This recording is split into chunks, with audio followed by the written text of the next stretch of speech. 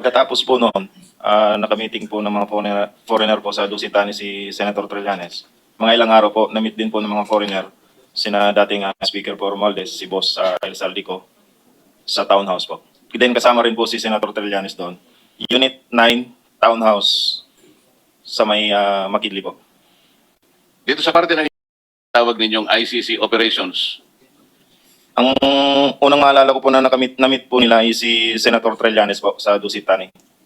Ang una po nilang na-meet na tao po dito pagdating nila sino po yung sila? yung ICC po, yung mga foreigner. Nung mag-meeting si dating Senador Trillanes, ka-meeting niya yung mga operators ng ICC, nakita niyo po sila? Yes, Your Honor, kasi nung paghatid namin doon sa closed door meeting po kasi yun sa Dusitani, si Senator Trillanes po yung sumalubong sa mga foreigner. Mr. President, if we can get the date later on. Sa kanilang basa. Yung mga taong ang gusto lang malaman talaga kung sino dapat managot sa pangyayari ito. Yung kung wala ngayon, para ko nang nakita, basahin po ninyo ang isang tala sa banal na kasulatan. Thank you. For the record, Mr. Chairman, all of the resource persons seated around the tables here have taken taken or Is that he is prevented from making his way into this hall. Sana po ay merong makapagkatulong sa kanya para makarating dito. Senator Jinggoy. Pero si Senator Jinggoy po hindi nakakulong sa El Salvador, nandito po sa Pilipinas.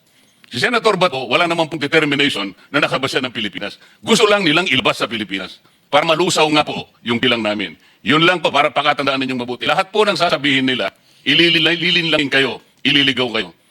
National Beef Investigation na ayon sa kanilang sabpina ay inutusan sila ng Office of the Ombudsman to conduct an identity verification doon sa mga nakapirma doon.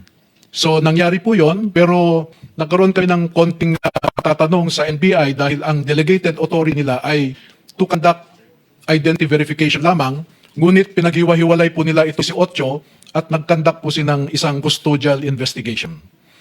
The committee, a copy of the pinagsamang saysay of the 18 ex-soldiers. Yun ay yung napakaraming deliveries ng mga maleta na nakalitrato pa dito sa inyong sinumpang saysay. Initially, pwede ko bang malaman sa pamagitan ng pagtatangkamay ng mga nandito mga ex-soldiers, sino-sino po nyo ang nakapag-deliver o nag-deliver ng mga mali-malitang salapi sa mga bahay o lugar na sinasabi nyo na pag-aari former Speaker Martin Romualdez? Pakita lang po ang kamay. For the record, Sir President, halos lahat nakakaalam na silang lahat ay nag-deliver ng mali-malitang pera sa bahay o sa mga lugar na pag-aari ni former Speaker Martin Romualdez. Salamat po. Mr. Chairman. Salamat po, Senator Marcoleta. Dagdagan ko na lang yung gusto sanang sabihin kanina, but it will take me a few 2 minutes lamang po. Dalawang nandito kami ngayon sa harapan ninyo. Ang unang rason po ay lahat naman galit tayo sa magnanakaw, no? Hindi, ang unang reason pinatawag namin kayo rito. Opo. Para tumestigo kayo personal at marig ng buong sambayan ng Pilipino, ang sasabihin ninyo, dahil palagay namin malaki ang may contribute ninyo sa ikalulos ng problema natin Opo. na ayaw pong lutasin ng naunang leadership ng Senado. Okay. Kami ay dahil nga po sa inyong paanyaya bilang chair ng subcommittee ng Blue Ribbon Committee. Nakatanggap din po kasi kami ng isang email kahapon galing sa allegedly sa opisina ni Senator Erwin Tulfo claiming to be new chair of the Blue Ribbon Committee. At kami po ay nag-usap kami and we decided to honor the invitation of the committee as chaired by Senator Cayetano and as chaired by you as the chair of the subcommittee. Dahil po sabi nga ninyo kanina ay may yung proseso kahapon at kanina lang po namin nalaman talaga na yung pagnanakaw pala ay habit forming. Dati ay nagnanakaw lang sila ng pera sa kaban ng bayan. Ngayon o kahapon ay meron ding nagnakaw ng kapangyarihan. At kanina lamang po pagpasok namin ay gusto rin nilang nakawin ang katotohanan at pagtakpan ang katotohanan sa ating mga kababayan tungkol sa pagnanakaw na ito. Ito ang DILG Secretary John Vic Remulla. Pinagtatakahan ko po dahil ang pagkaalam ko, ang tanging security lamang sa atin ay ang OSAA, Sino ba ang nag-request? Kasi di ba kailangan magtimbre ang PNP, napakarami po nila. Yeah, well, Mr. Chair, we just assume regularity. Inspection. Paulit-ulit ko pong sasabihin sa inyo, lahat po ay gagawin nila. Huwag lamang matuloy ang pagdinig na ito at sa anumang paraan ay talagang gagawa sila dahil nga sa kanilang pagtatakip. At maging sa labas ng bansa sa pamamagitan ng media. Kung ang halimbawa ang media ay nabayaran ng mali-malitang pera, paano nyo ngayon isisiwalat kung ano ang totoo? Hindi na magiging balanse. Kapwa na tayo ngayon malilinlang, kapwa na tayo ngayon maililigaw dahil ang media napaka-importante po ang kanyang partisipasyon sa ating lipunan. Kapag ang media ay sarado ang mata, iisa lamang naratibo ang kanilang binibigay sapagkat natatakpan ng malay-malitang salapi, hindi po maganda yung para sa ating bansa. Kaya inaasahan ko, Atty. Baligot, sa mga ganitong mga punto, ay makakapagdetalye kayo sa mga susunod nating pagdinig. Sa katotohanan nga, Kayo nagtrabaho. I'm addressing this question, Mr. President, to the 18 ex-soldiers. Sa nakarang 3 taon, kanino kayo nagingkod? Kay dating, Your Honor, good morning. Nagtrabaho po kami kay dating Congressman Elizalde Esco, Your Honor. Kayong lahat po ay nagtrabaho sa ano pong kaparaanan? Ano po ang mga function ninyo? Ano po ang inyong gawain? Anong obligasyon ninyo sa pagtatrabaho nyo kay dating Congressman Saldico? Nagtrabaho po kami bilang driver bodyguard at the same time basurero po, Your Honor. Pwedeng pa, bago kayo magsalita, pakibanggit para ma-record po yung kumpleto ninyong pangalan at pagkakilanlan. Your Honor, ako po si Johnny Buduan po, Your Honor. Sige, pagpatuloy mo na. Ako po ay nakapagtrabaho kay dating Congressman Saldico 7 years and 1 month po, Your Honor. At yung pinakamatagal po sa amin is 9 years, 9 years po. Kanina pong tinanong po kayo kung sino-sino sa inyo ang... Pwede ko bang itanong sa inyo, dahil nabasa ko rito, dinescribe pa ninyo ang laman ng bawat maleta. Meron kayong sinabing maliit na maleta, meron kayong sinabing na medium na maleta, at isang large na maleta. Pwede ba niyong ulitin dito sa pagdinig? Gaano ba ang laman nung tinatawag niyong small?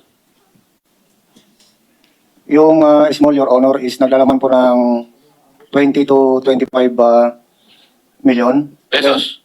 Pesos po, Your Honor. Yung medium, Yung medium po is 40 to 50. Then yung large po, 50 to 70 po. paano nyo naman nagawang i-estimate? Paano nyo estimate sa Tagalog? Paano nyo natansya? Na between 20 to 25 o 40 to 42 or 50 to 60? Kasi po, Your Honor, every time po na nagkakarga po kami or nagbababa ng mga mali-malitang pera mula sa unit ni dating congressman, ay meron pong post-it po na nakalagay sa mismong maleta. Ilang beses naman at kung saan? Mula po nung umupo na apro si dating congressman, ay nagde-deliver po kami almost 3 times a week, meron po 4 times a week na nagde-deliver po kami sa mga iba't ibang opisyalis ng ating bansa, ay ng ating pamahalaan. Ilang taon naman ninyong ginagawa ang pagdi-deliver na ito? Mula po nung umupo na apro si dating congressman Saldico, Your Honor. Anong taon yung natin siyang chairman ng APRO? Mula po nung 2022, Your Honor. Hanggang 2025? Yes po, Your Honor. 3 beses, isang linggo, Hindi po bababa sa 20 maleta po, Your Honor, ang bawat na-deliver. delivery. Yes po, Your Honor. So bawat delivery, 20 maleta, maliit, medium, at saka yung large. Halo-halo na, ganun ba? Opo, Your Honor. 3 beses, isang linggo, ilang maleta yun? Minsan po, sir, umaabot po ng 60 to 70, Your Honor. Mabuti ka pa, marunong ka sa arithmetic eh. Yung mga kasama namin dito, yung majority, hindi nila alam kung ano bilang. Ang alam nila, 12. 24 kami. Ang sabi nilang majority, 12. So, salamat sa iyo. Sino pang gusto? Magpangalan ka ng ilan o lahat ng naalala mo. Ang naalala ko, sir, si dating Speaker Martin Romualdez po. Meron po kaming video at saka mga pictures, Your Honor. Bukod kay dating speaker, sino pa? Na yung personal mo alam, hindi makasama mo, ikaw mismo. Saka kay, yung din po sa Ilocos. Kami po yung nagdala doon sa Delta Gate, hangar sa Pasay. Yung 5 maleta po na dinala doon sa Ilocos, na dinala ni Sergeant Tobe at saka ni Boss Saldi. Ikinarga po namin sa Lexus na bulletproof, plate number NFX 8886. At saka binakapan po namin ng Hilux na bulletproof din, black na Hilux, plate number Eco Alpha Foxtrot 7121. Ang narinig ko po nun, sir, para kay President Marcos. Sir. Narinig mo lang. Baka naman hindi totoo yung... Kasi nandun ka ba nung i-deliver? Kami po kasi yung nagdala doon sa Delta Gate, sir. At si Sergeant Tubi po ang kasama ni Boss Aldi na pumunta doon sa Ilocos. Kasama nyo si Congressman Saldico nung mag-deliver kayo? Kami po yung nagdala, sir, sa Delta Gate. Then sila Sergeant Tubi at saka ni Boss Aldi ang nagdala po doon sa Ilocos. Mr. Chair, yung dalawa kayo, pumuntang Ilocos. May mga retrato pa ng eroplano. Yung nag-receive lang po kung sino po doon sa Paway pong nag-receive po. Alam niyo yung address o yung bahay, kahit barangay lamang? Your Honor, hindi po kasi gabi po kami dumating ni Kong Saldi doon sa area po. Pero kasama ko po si Kong Saldi. Alam niya po yung ano po yung exact address nun. Anong itsura? Naka-Yeter U, ma'am, nakatabi po ng lake yung lugar po. Tabi ng lake o tabi ng dagat? Kasi gabi po, either dagat or lake yun, ma'am. Basta tabing tubig, Yes po. may bayin. Yes po. Tapos saan kayo? Doon ma'am sa Letter U na bahay, ma'am, kasi nakikita ko po yung mga picture nung ni dating president po na si Marcos din po. May picture din po sila ng family din po. Then yung room po, may mga, yung telepono po kasi may mga pangalan po ng mga anak niya. At saka So nakapasok pala kayo? Yes po. I see. Nakita ba ninyo yung kamag-anak nila o pamilya ng mga opisyal? Yung time na dumating po kami, Your Honor, is sila lang po. Nauna po si Kong Sandro, then next po si President, then si First Lady po yung dumating, nag-dinner po sila ni Kong Saldi. Andun pa rin kayo? Yes po. Kinamukha na po kami bumalik po ng Maynila po. Kailan kayo nagpa-picture? Nakita ko may mga retrato pa kayo eh. Your Honor, natandaan ko 2022 pero di ko matandaan yung... Pero that was the same visit nung nagkatid kayo ng Yes po, maleta. yes, Your Honor. Thank you po.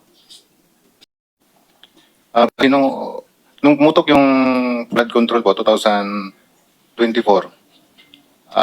nakapagsalita na po dito si Master Sergeant Orly Gutisa. Ngayon, maraming nagliligaw sa amin. Ano po? Nililigawan po kami na hindi na po kami magsalita para manahimik na lang po. Una dyan, napatawag kami sa... Sino po ang lumiligaw sa inyo? Si dating Chief of Staff, Nick Torre po. General Torre po. General Nick Torre. Yes po, Your Honor. Anong klaseng Katunayan nga, Your Honor, matagal kami nagdebating dalawa eh. Simula alas 4 hanggang alas 7. Kaso lang yung apat na kasama ko, napilitan na silang pumirma, gawa nung naipit na po, baka kami ay mapahamak po sa kanila. Mapahamak pong sarili namin po. napapirma ka lang dahil napilitan ka lang? Yes, Your Honor. Pagkatapos noon, ano naman ang pabuya na binigay sa iyo kung meron? Binigyan kami ng 50,000, Your Honor, para sa disturbance namin. Pakiulit nga po, magkano po? 50,000, Your Honor. Yen, Pesos. Your Honor. pesos. Opo. Sino nagbigay? Yung si Annalisa Gaspar po. Yung staff niya doon po. O ano naman bakit nila kayo binigyan, kayong lahat binigyan ng 50,000 pesos? Yes, Your Honor.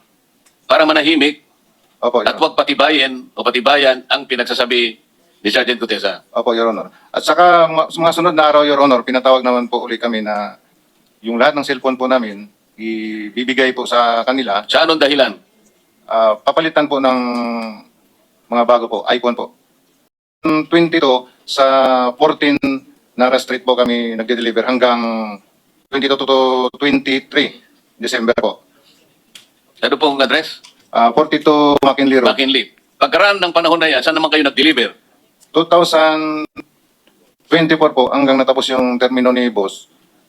Nasa 14 Nara Street na po, South Forbes. Sa mga tweet, 42 McKinley at saka 14 Nara Street Yes, Your na Honor. pinagdalhan ninyo ng mga mali-malita. Your Honor, doon na po yung pinaka-last na delivery ng bahay niya po. O, pagdating nyo sa mga lugar na yon, kilala ninyo kung sino yung tumatanggap.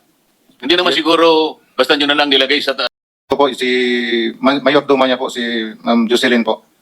Tsaka yung iba yung mga katiwala niya po. Hindi po namin kilala. Kasi matagal kayo nagdi-deliver, kaya pa ninyo. Yes, Your Honor. Meron pa. Hindi ko pamilyar ko sa hindi ko po pamilyar yung pangalan niya, pero sa itsura kilala ko po. Mr. Chair, sabi nyo 2022 at balita meron kayong mga retrato. Kung dala ninyo, baka naman pwede ipakita ngayon ang mga photo at video kahit hindi pa sinama sa sinumpaang salaysay.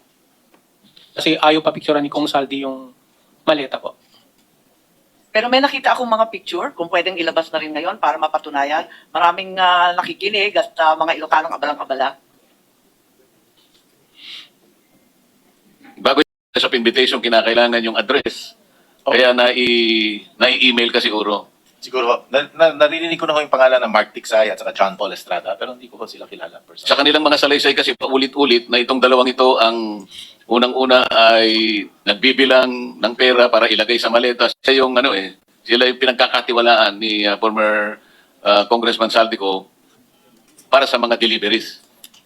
Siya ang nasa kulungan, tapos malalaman natin lahat pala itong nangyayari. So, attorney, I know we're both lawyers, so we are officers of the court, so we'll do our best here. Please do your best then, and in search of the truth. I will, Thank you. Thank you. Criminal Court or ICC. Sino po sa inyo ngayon na nakaharap sa amin ang merong personal na nalalaman tungkol doon sa pangyayaring yon na may kinalaman sa pagpunta ng ICC sa ating bansa? Pwedeng itaas po yung mga kamay. So, kung sino po yung unang gustong magsalita tungkol sa usaping ito ay malaya po kayo magpag-umpisa. Po, 2023, unang dumating po ang unang pagkakalam po namin is bisita po ni Boss Elizalde ko. Sino po? Ang pagkakalam po namin, sabi po ni Mark Tiksay po sa amin, may bisita pong paparating si Boss ng mga foreigner. Which later on po, nalaman namin na mga investigator po ng ICC. Paano po ninyo nalaman na sila yung mga investigador na galing sa ICC?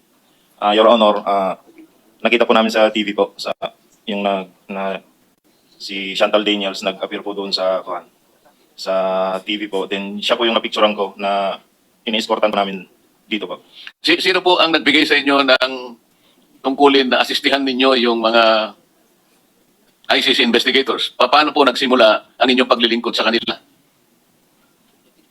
December 2023 po, Your Honor, dumating po sila dito. Then bumuo po ng team foreigner duty detail po ang team leader namin.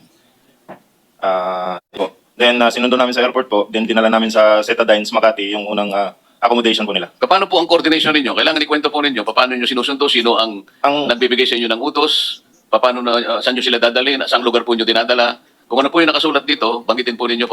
Banggit sa inyo kung bakit ganun na lamang ang pagpapalaga at ang importansyang ibinigay ni Senator Trillanes, former Speaker Martin Romualdez. Nung una po, wala po kami idea na... Pagkaraan, may idea ka na. Yes po, basta ang sinabi lang sa akin noon, sir, mag-provide kami ng security kasi bisita po ito ni Boss Saldico. Meron kayo operations ng ICC. Ikwento ninyo kung paano nag-operate ang maleta dito sa mga tauhan ng ICC na nagpunta sa ating bansa. Your Honor, ako po si Bernard Tube. From Horizon po, nag-advise po si Boss magpapalit kami ng piso to dollar na 2 maleta doon sa Makati po. Bibili kayo ng US dollar. Yes, Your Honor. Dinala po namin ito sa Per Bank Makati, Salcedo Village po. Dalawang maleta worth of 50 to 60 M po ang laman. 50 to 60 million pesos ipapalit nyo sa US dollar. Yes, Anong po. bangko sa Makati?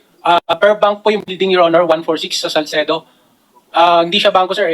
Parang money changer siya sa... Hindi ko ma-identify kung ano po yung rooms sa taas kasi marami po, isang beses lang po kami nag-deliver. So, hindi nyo alam kung bangko o money changer? Money changer po siya, sir. Kasi through contact po yung kailangan pumasok doon, sir. Kasi malaking halaga po yung pinapalit namin, sir. Siguro, sir, sa laki din ng figure po, sir. Hindi lamang yun. Yung pinaka-importante. Bakit hindi sa bangko siya dumaan? At dumaan siya sa money changer? Para hindi po matrace, sir, na ganun Ayun. malaki.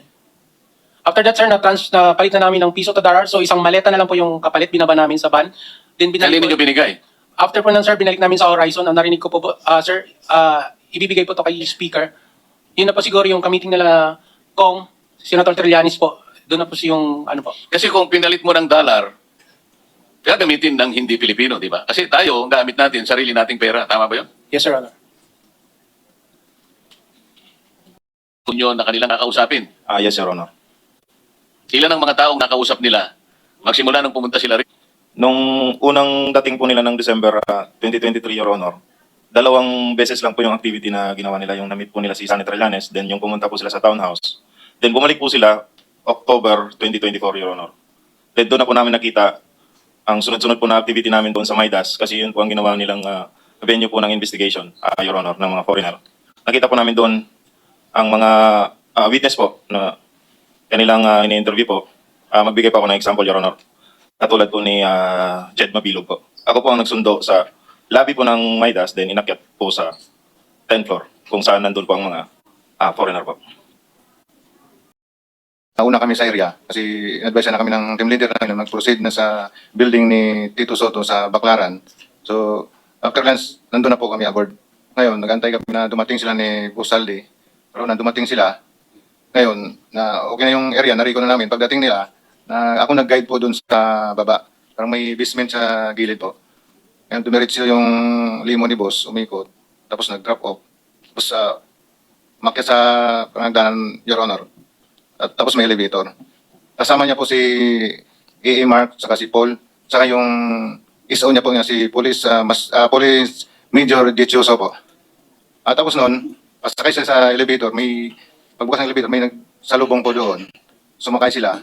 Tapos yung maliit po na dala po namin, nadala po ng mga kasama ko, tulak-tulak po nila yung dalawa, hinabol ko yung dalawa, at sinambay po sa elevator. Tapos yung the rest po na ibang malita, hindi po nakahabol. Nauna na po sa taas po. Anong dineliver nyo? Pera? Pera po. Alam mo magkano? Large po, malaki. Ang large usually, ang laman ay... 40 to 70 po. so, ilan ang dineliver? Mga 40 to 70 po yung... So, isang maleta lang. 5 po, 5. 5 maleta na tig Opo. 40. Yes, Your Honor. Yeah. So, more or less, kailan to? Isang Your Honor. More or less, kailan? When? Year 2024 po, bago mag... Campaign period. Yes po. Okay. So, kaya ko to tinatanong dahil mabigat sa akin to.